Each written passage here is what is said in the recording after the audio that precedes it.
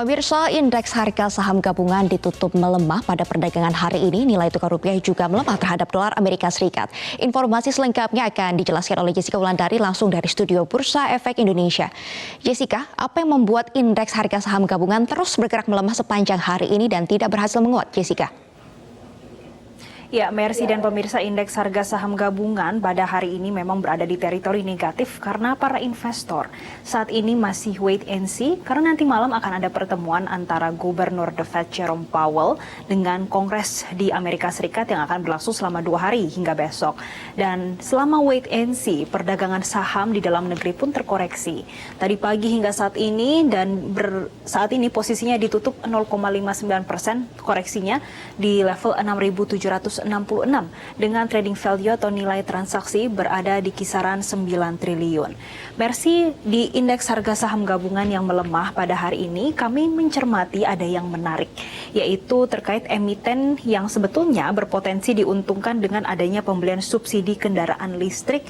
Kalau tadi pagi sempat menguat secara signifikan, pada sore hari ini justru berbalik melemah dan hampir seluruhnya berbalik melemah.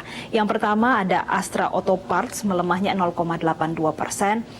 Toba Bara ini melemah 2,75%, Indika Energy melemah 2,78%, dan Wika yang turun hingga 3,31%.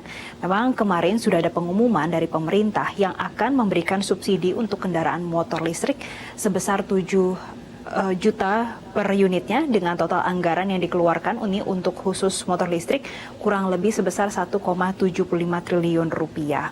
Dan selain itu, kalau secara fundamental memang pergerakan indeks harga saham gabungan dari hari ini hingga besok juga akan diprediksi masih bergerak melemah.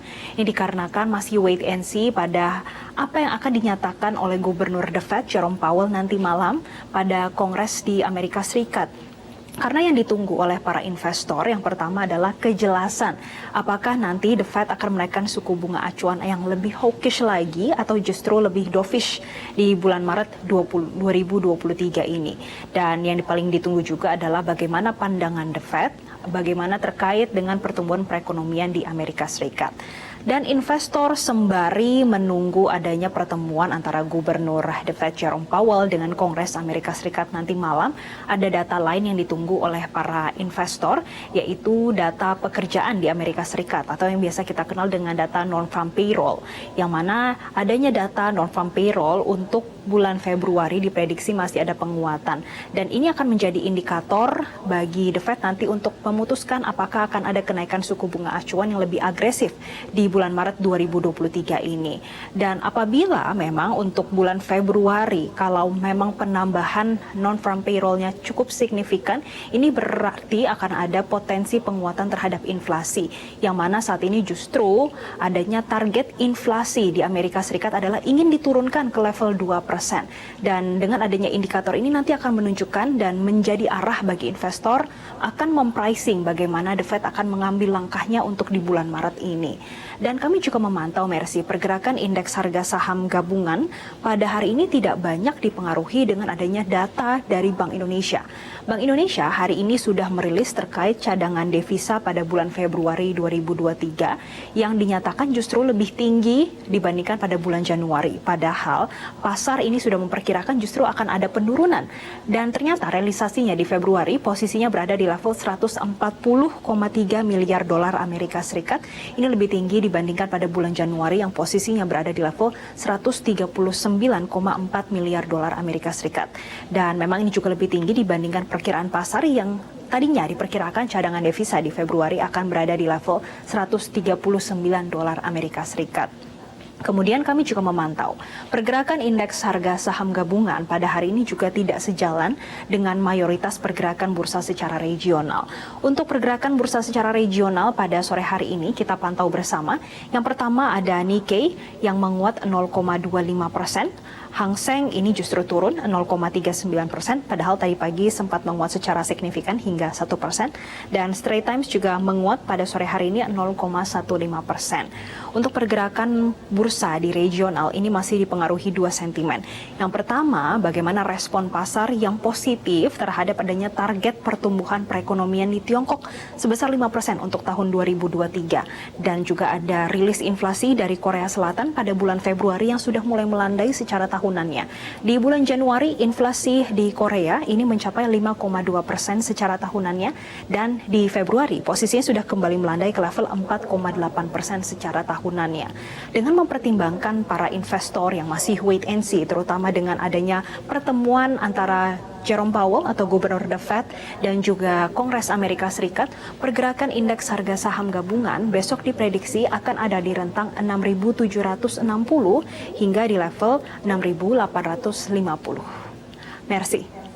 Ya, Jessica, pelaku pasar masih menunggu pertemuan Jerome Powell dengan Kongres di Amerika Serikat malam nanti. Namun kalau kita lihat tadi sebenarnya cadangan devisa Indonesia ini masih mengalami peningkatan di bulan Februari kemarin. Apakah ini memberikan dampak positif bagi nilai tukar rupiah atau sekarang masih melemah, Jessica? Mercy, adanya cadangan devisa yang meningkat pada bulan Februari ke level 140 miliar dolar Amerika Serikat ini tidak banyak berdampak pada pergerakan nilai tukar rupiah hingga perdagangan sesi kedua ini. Karena kalau kami pantau pergerakan nilai tukar rupiah pada penutupan hari ini justru ditutup turun 0,4% di level 15.359. Memang benar, selain menunggu adanya pertemuan antara Gubernur The Fed Jerome Powell dengan Kongres Amerika Serikat dan juga data terkait non-farm payroll atau data ketenaga kerjaan di Amerika Serikat, ini juga yang ditunggu adalah bagaimana data durable goods order di Amerika Serikat dan juga factory order. Dan apabila pertumbuhan atau data-data yang masih ditunggu ini menyatakan adanya kenaikan secara signifikan, ini akan berdampak pada pelemahan nilai tukar rupiah yang akan semakin panjang. Dan besok pun nilai tukar rupiah diprediksi masih ada potensi pelemahan, Mercy, setidaknya akan berada di rentang 15.250 hingga 15.350 per dolar Amerika Serikat. Kemudian kami juga memantau untuk pergerakan sejumlah harga komoditas. Yang pertama kami pantau untuk pergerakan COMEX Gold yang pada sore hari ini melemah ke level 1.853 dolar per troy ounce-nya. Sedangkan untuk emas antam ini juga masih sama sejalan dengan pergerakan emas COMEX, yang mana emas antam turun 0,1% ke level Rp1.032.000 per gramnya. Dan untuk pergerakan harga minyak mentah dunia pada sore hari ini, posisinya masih sama, sebetulnya tidak banyak pergerakan atau bisa dikatakan ini flat hari ini. Untuk minyak mentah WTI posisinya berada di level 80 dolar per barrelnya. Sedangkan untuk minyak Brent ini berada di level 86 dolar per barrelnya. Demikian, Mercy. Terima kasih Jessica untuk laporan Anda langsung dari Studio Bursa Efek Indonesia. Selamat kembali bertugas.